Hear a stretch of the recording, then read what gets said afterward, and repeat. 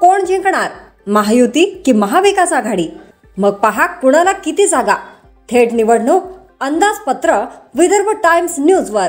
समजून घ्या या आकडेवारीनुसार. विदर्भात अमरावती विभागातील सर्वात जास्त मागासलेला यवतमाळ हा जिल्हा आहे. शेतकरी आत्महत्या, कापूस आणि यावर आधारित उद्योग, बेरोजगारी हे येथील मुद्दे आहेत. यवतमाळ जिल्ह्यातील विधानसभेच्या 7 मतदारसंघापैकी 5 जागा महाविकास आघाडी जिंकताना दिसत आहे, तर महायुतीच्या खात्यात फक्त 2 जागा जात आहेत. नागपूर जिल्ह्यात 12 विधानसभा मतदारसंघ आहेत. केंद्र सरकारात केंद्रीय मंत्री नितीन गडकरी व राज्याचे उपमुख्यमंत्री देवेंद्र फडणवीस यांचा हा गृह जिल्हा आहे. नागपूर जिल्ह्याच्या 12 विधानसभा जागांपैकी यंदा महाविकास आघाडी 8 जागा तर महायुती येथील 4 जागा जिंकत आहे. पाहूया चंद्रपूर जिल्ह्यात यंदा कोणाकडे किती जागा जात आहे.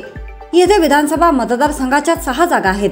चंद्रपूर जिल्ह्यात मोठ्या प्रमाणात कोळसा खदानी असून यातून केंद्राला खूप जास्त महसूल मिळतो. चंद्रपूर जिल्ह्यात यंदा महायुतीच्या खात्यात फक्त 2 तर महाविकास आघाडी 4 जागा जिंकताना दिसते. अमरावतीला विदर्भातील शिक्षणाचे माहेरघर मानले जाते. अमरावती जिल्ह्यातील एकूण 8 जागांपैकी 5 जागा महाविकास आघाडी जिंकत असून 2 जागा महायुतीकडे जात आहेत. विशेष म्हणजे 1 जागा प्रहार पक्ष पुन्हा जिंकत आहे. वाशिम जिल्ह्यात भाजप व शिंदे गटाला येथून येणाऱ्या विधानसभा निवडणुकीत हादरा बसताना दिसतोय. वाशिम जिल्ह्यातील 3 जागांपैकी महाविकास आघाडी 2 तर महायुती 1 जागा जिंकत आहे. गडचिरोली जिल्ह्यात कोणाकडे किती जागा जात आहेत ते आता पाहूयात. अत्यंत दुर्गम, आदिवासी व नक्षल प्रभावित हा जिल्हा आहे. यंदा या जिल्ह्यात एकूण 3 विधानसभा मतदारसंघापैकी 2 जागा महायुती तर महाविकास आघाडी फक्त 1 जागा जिंकताना दिसते. अकोला जिल्ह्यात 5 विधानसभेच्या जागा आहेत.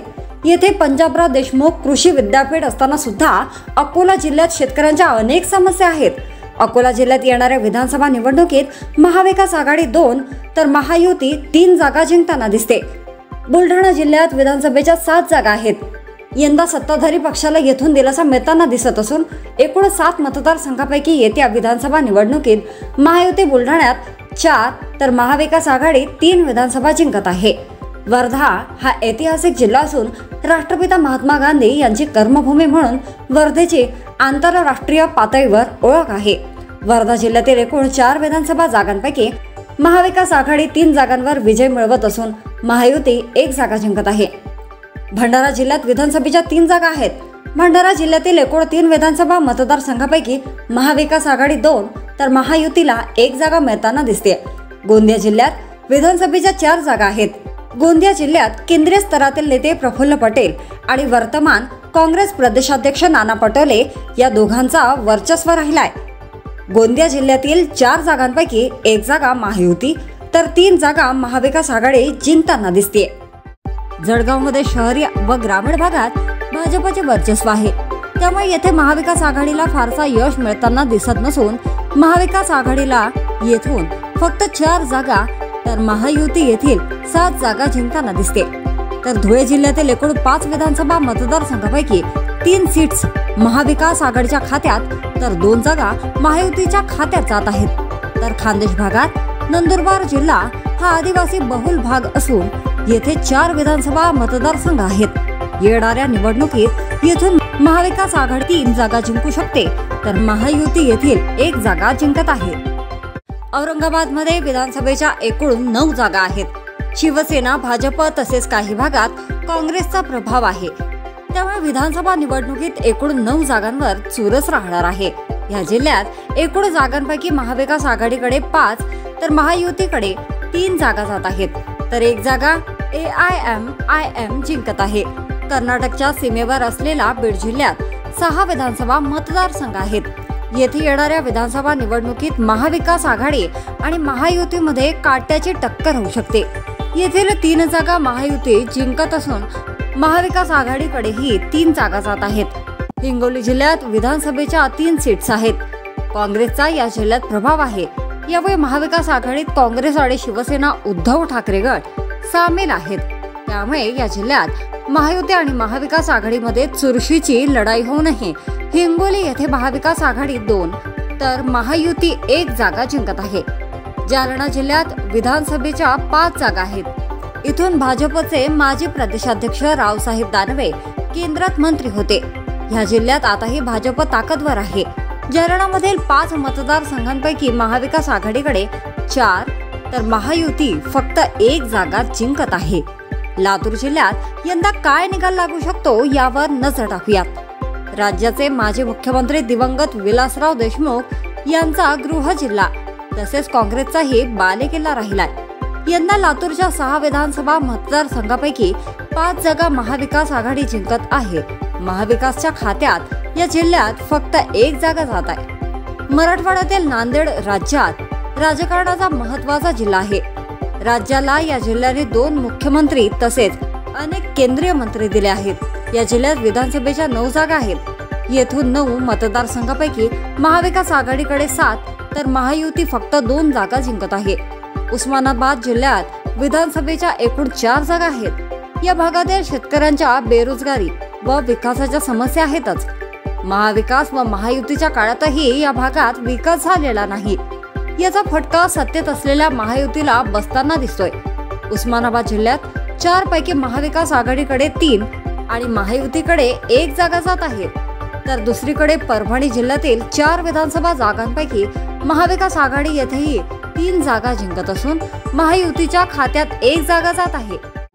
सांगलीमध्ये जयंत पाटील हे शरद पवार एनसीपी तसेच काँग्रेसचे विश्वजित कदम महत्त्वाचे नेते आहेत. त्यामुळे महाविकास आघाडी एकूण 8 मतदारसंघातल्या 7 जागा जिंकत आहेत. तर महायुतीच्या खात्यात फक्त 1 जागा जात आहे. सातारामध्ये काय स्थिती आहे ते पाहूयात.